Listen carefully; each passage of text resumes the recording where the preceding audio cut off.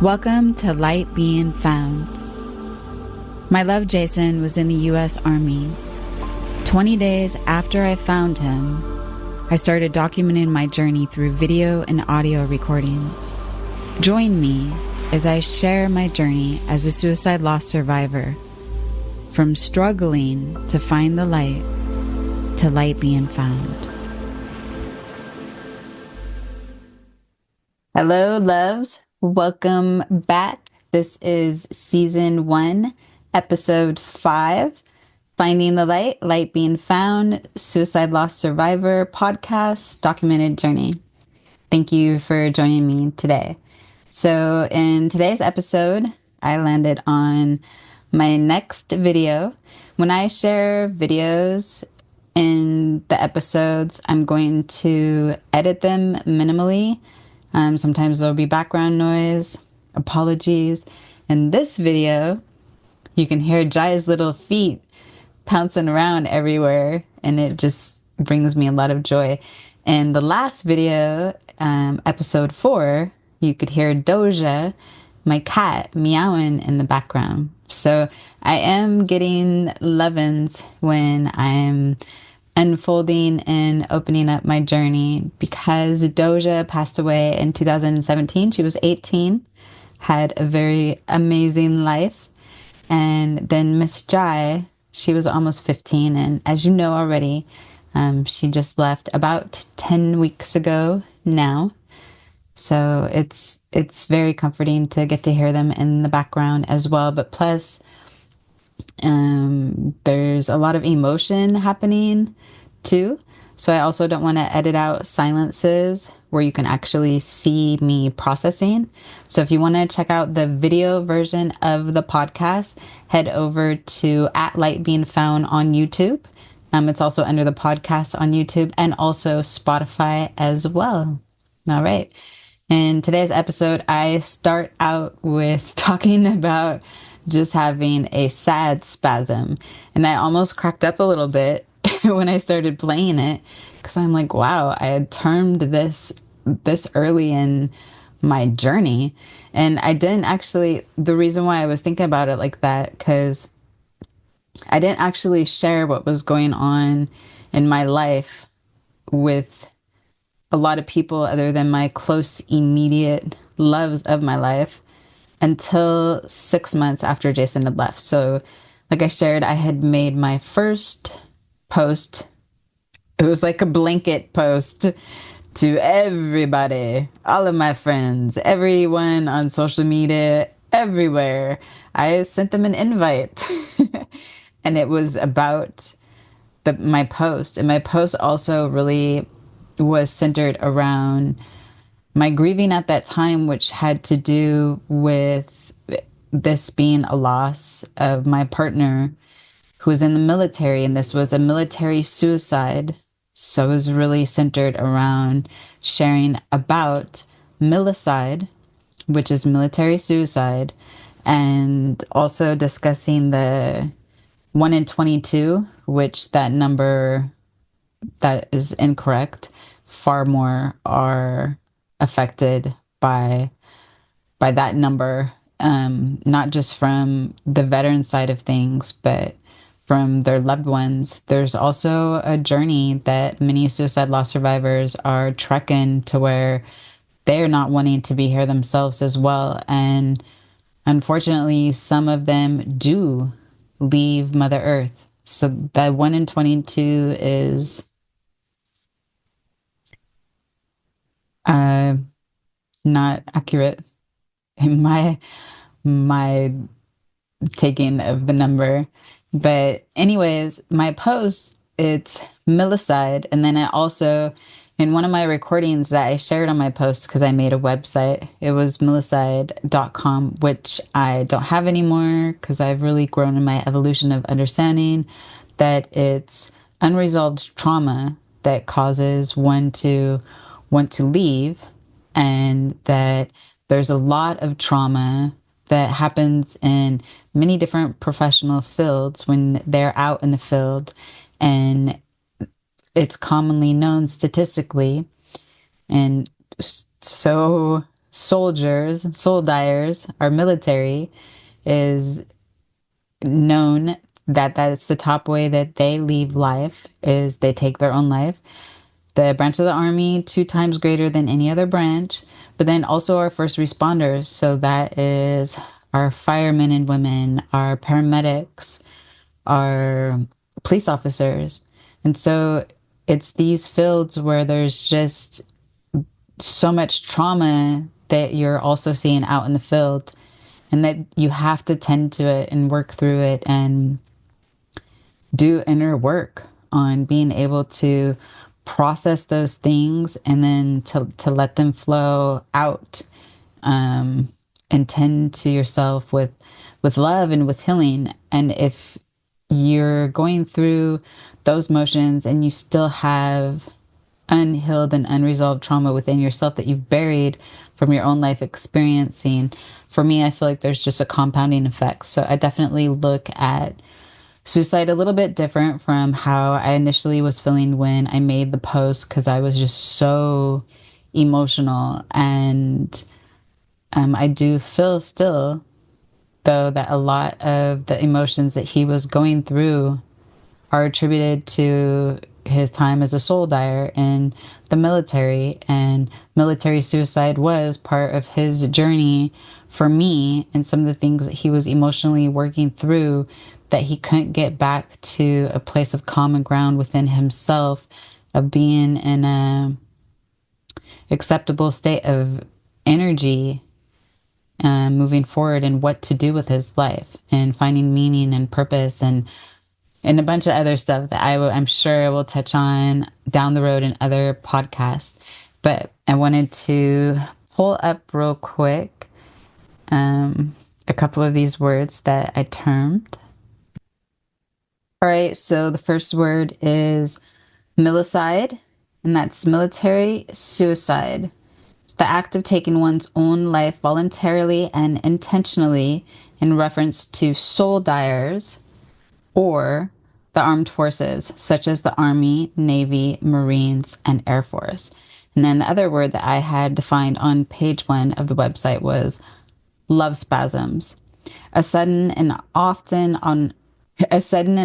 involuntary emotional temporary burst of energy, activity, reaction, or feeling that is brought on by a profound loss of life from one deeply loved. Yeah. And so I did go ahead and define love spasms, but it was a little bit further in my journey. So when I had shared, I'm having this sad spasm, I immediately just had an emotion regarding it. But in this video, I cut out a few different parts. There's a large part of the video where I'm talking about how not only am I being affected mentally and physically and emotionally, I'm also being affected literally in the physical sense by all of the stuff that is everywhere, and me trying to figure out like how to maneuver and what to move out or to keep and what to do with things, and that how it's literally all over the place. And a lot of these things were like special gifts that I'd given him over the years, and they just came with emotion walking by them every time. And so I did not include that part of the video, but I touched on it really quickly. I segue from that to being back into the kitchen, and there's a part of it where kind of like in episode 3 where I'm showing my first video and I was stuck in the kitchen for an hour and a half and making coffee. You know, there's a realization that there's a in this type of a loss, there's a lot of secondary losses in a lot of different ways. And one of them is the habitual repetition of like you could call it mundane, but the day-to-day interactions and habitual part of the day. And a lot of that for me and our dynamic had to do with being in the kitchen and cooking. The way that Jason loved people, his love language was cooking for you, and he loved it. I really feel like love is an ingredient, and you can just feel that amazing energy sparking up your taste buds when you're eating something that was created with that intention and that dedication and that love and that appreciation of the ingredients and honoring of. And that's what food for him was. So he always used to joke around and say, I elevated your taste buds. And he was so right on, because right along with him, I became a foodie snoot. And I got used to having all of the most amazing food. And most of the time it was by desire of having him cook it, because the places that we were going to, a lot of times it couldn't like level up to the amazingness coming out of what he was creating. Don't get me wrong, I'm a foodie, so there's a lot of amazing places that we also did definitely enjoy as well, like mom and pop, special little joints. But I'm going through secondary loss in the form of there's a loss of our intimacy and just day-to-day activity of cooking and being in the kitchen all the time. And I was sous chefing with him. So like there was a lot of our interaction and bonding and loving about like how our day went and just shooting the shit while we're standing in the kitchen and cooking these homemade meals, which are pretty time consuming. So ah, ah, daggers. It just was so sad for me. And luckily, I had so many gifts with a freezer full of stuff that he had prepared. Um, and so you see me going through the freezer, and I'm kind of emotional. And I see his crab dinner in there. It was a king crab dinner for his birthday, which he was not here for. So that was emotional too. And then I just go on to talk about more different special food items in the kitchen. So I cut a portion of that out, and the end of it is just me talking about this needs to be recorded. So there will be some transitions, but here is the video.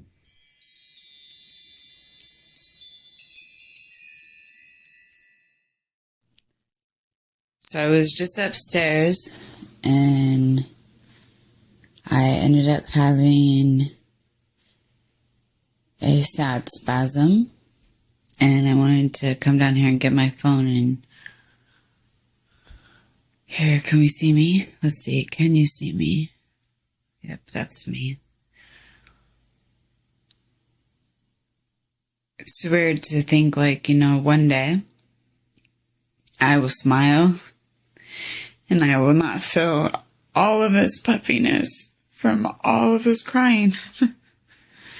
I wanted to get my phone because I think like there's a lot of weird raw things that happen when someone deals with a suicide of their world. And I don't know if it's documented. It certainly probably is, I'm sure. But maybe video-wise, because it's just so... It's so debilitating that I'm continually surprised at how stuck I am.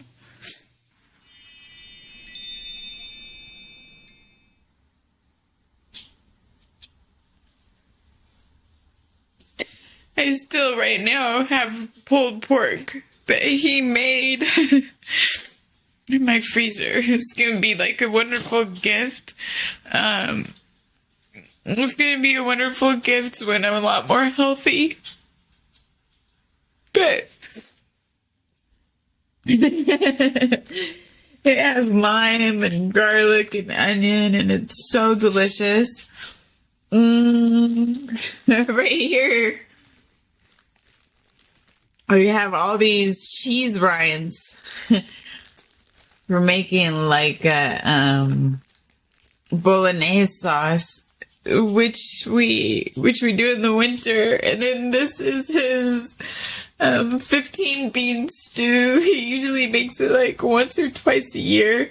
And It has chicken breast in it because I love it. Chicken chunks and stuff. And this is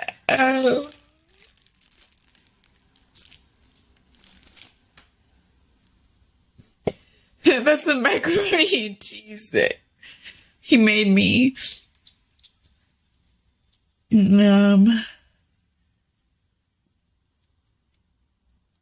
I think it was for Thanksgiving. It might have actually been for my birthday though. No. I think it might have been for my birthday. And then in here's like mixed pumpkin and sweet potato pie filling that he made for this past Thanksgiving. And then I have a king crab dinner. That king crab was supposed to be his birthday dinner.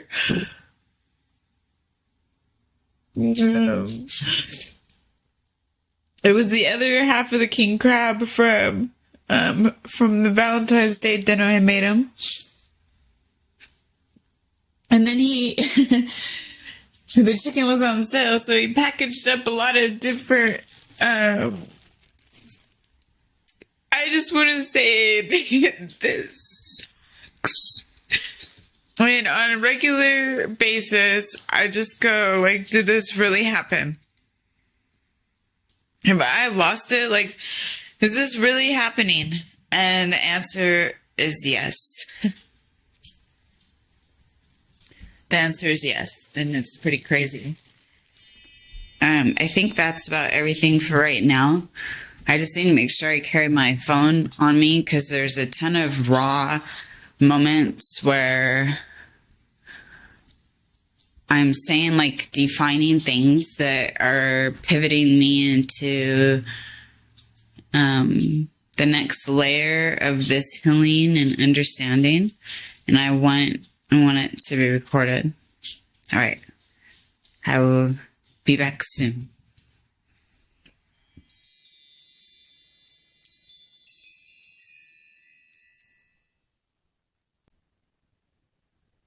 Right, so that was today's video, and I'm going to go right into the next page in my tribute of our love, celebrating our love book. This one is a cute picture of Jason and his grandfather. Jay in his 20s with his gramps and grandma. I will share the picture with his grandma on episode 6. Jay Tidbit. His favorite way to eat fried foods are as crisp as possible, especially with his fish, just like his grandma Pearl. He'd fillet it as thin as possible if we were frying. Loves to have that lemon wedge on the plate too. That was kind of just like a silly little story, which you'll hear that I have a lot of them, but they were also, it's one of those stories that I did not want to forget that he loved fried fish and he made it so crispy and amazing, and that he always had to have a lemon on the plate. It was like a special little thing that if there was no lemon wedges, and I don't know about no fried fish, like they went hand in hand. So it's kind of a sweet little thing to have as a memory. And then for today's quote, it is, I love it too. It says, a disco ball is hundreds of pieces of broken glass put together to make a magical ball of light. You aren't broken. You are a disco ball. Shine bright, you magical ball of light. I just love that quote. I used to have a thing with anything being broken, and